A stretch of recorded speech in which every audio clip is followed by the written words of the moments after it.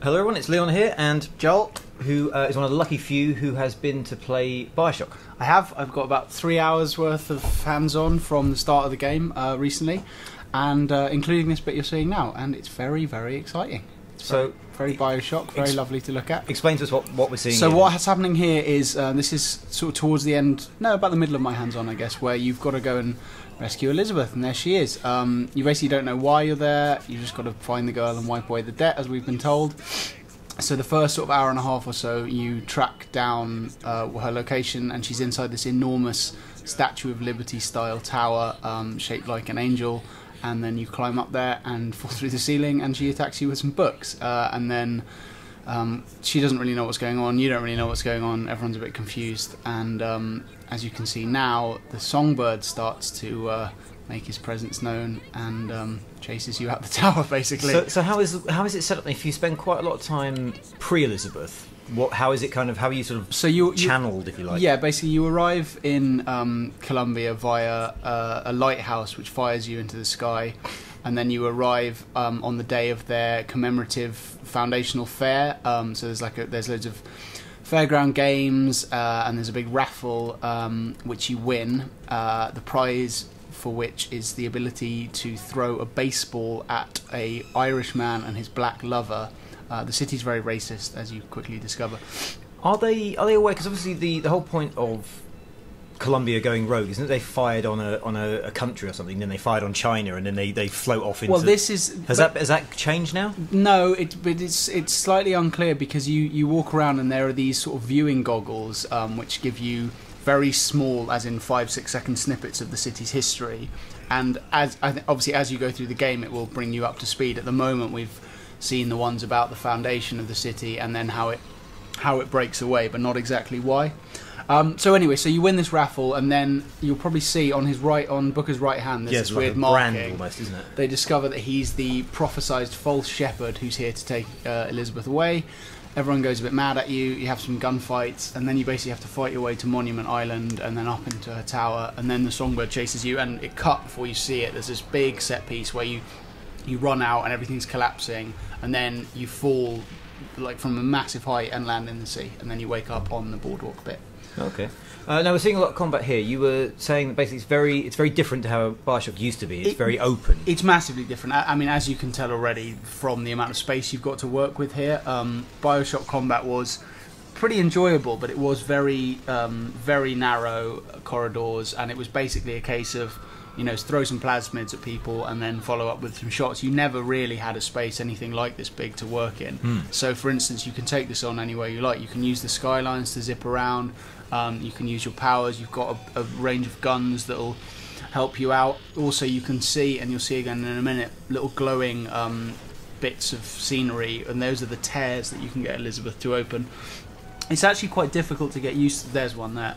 It's actually quite difficult to get used to at first, because you go into it thinking, I'm going to play this like Bioshock, and then you find that people are flanking you and coming up from you're behind, and you're dead, basically. That happened to me quite a lot. So it does take some getting used to, but I think it's the kind of thing that will lend the game a greater sense of sort of organic combat once you do get used to it, and it means that we won't all be playing the firefights in exactly the same way. Does it feel like it's got almost, let's say, I mean, I'm starting to think of, like, you mentioned Far Cry, Deus Ex, that kind of thing. You're going to get almost like a different battle depending on whether you choose the tears or the skylines. I mean, it's not going to get to the level of Far Cry where, you've got an entire world to plan your approach around, but it will be, it's definitely leaning more towards that.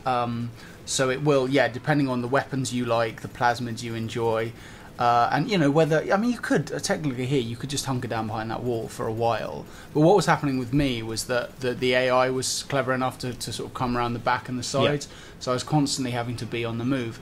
See, there you go, that guy's used the skyline to come in around the side, and it meant that it made it tougher, but it meant that I had to use more of the powers available to me, and that was one of the one of the very few criticisms of the first Bioshock, is that you could get through it by essentially spamming electroshock and a shotgun. You could basically do pretty much everything, whereas that is not the case here. You're on this skyline, there's a guy chasing you, you can jump off if you want, you can stay on it, you can reverse when you're on the skylines.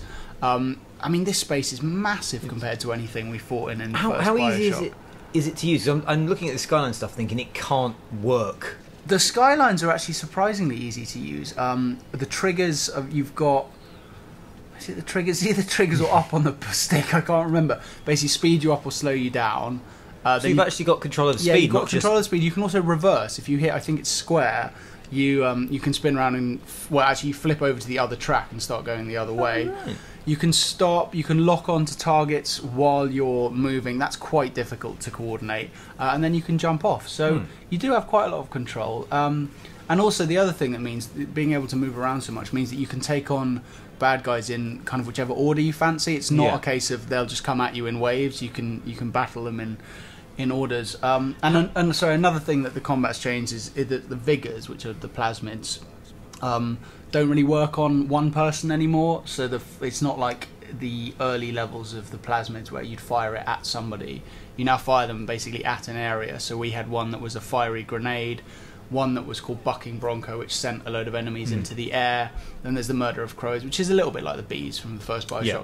But bees is always my favourite. They basically set people up for you to then follow up with the kind of a range of gun kills, or what I was using the crows for a lot was to throw it out and then get away and move around the level to cover. Okay. So it has changed a lot in that regard. How does it sort of constrain you, if you like? Because presumably you can't just get on a skyline and just ride the hell out of there.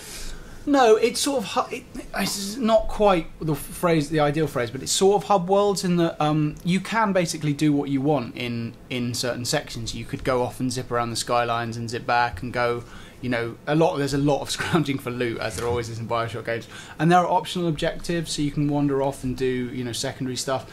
But then when you want to press the story forward, you will come to a loading screen essentially, which will take you into like the next hub, and you can go back and forth between them. But it's like that's basically the idea is I think to do everything there is in that one section and then move yourself forward when you're ready, basically. Okay, and we saw earlier on some of Colombia and its kind of pre-sort of civil war or civil unrest state. We're seeing some very early stuff here where it's all going a bit mad and you've got people sweeping up outside burning shops. How does the city change? Because we've seen a lot of it looking nice and sedate and lovely. Yeah, well, basically, I mean, the section I played, it looks gorgeous and everyone's happy and they're having a nice fair. But there's like a tension there. A big theme of this is the religiousness of the city's founded on. Which is a fairly recent thing that they seem to have brought out. Yeah, absolutely. I mean, the game starts once you get into the sky. You land in this beautiful church, and there's this candlelit scene, and then you're baptized. You have to be baptized to get into the city, and the figure of Father Comstock, who is the city's founder and prophet, looms large over pretty much everything. And he's been redesigned because he used to be a sort of a very thin, shrewish man, and now he's like God with a beard. Yeah, exactly. But there's this, and you hear about it in NPC dialogue a little bit. There's this tension between the founders and the Vox Populi, and I think it comes down to an assassination attempt, or I think it's only an attempt on the First Lady, who's Comstock's wife. So they're basically hunting down this group of rebels, and presumably, like, I don't know what the trigger moment is, but presumably it's that tension which comes to a head and then everything goes to hell. But it's certainly a different approach from Bioshock, the first two games, where you're basically arriving after the event and you're seeing the desolation of the world. To make this more alive, they wanted to put you in the midst of it and let you watch it. And do you have any sort of fluidity between the sides? Because I've seen images where it's...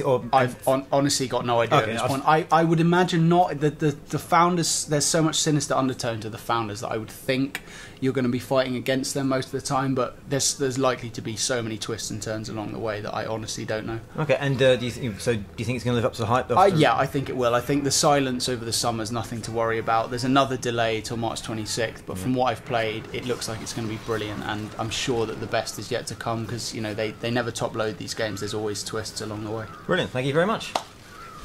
Cool. Good timing as well. Yeah, getting good at this. Professionals.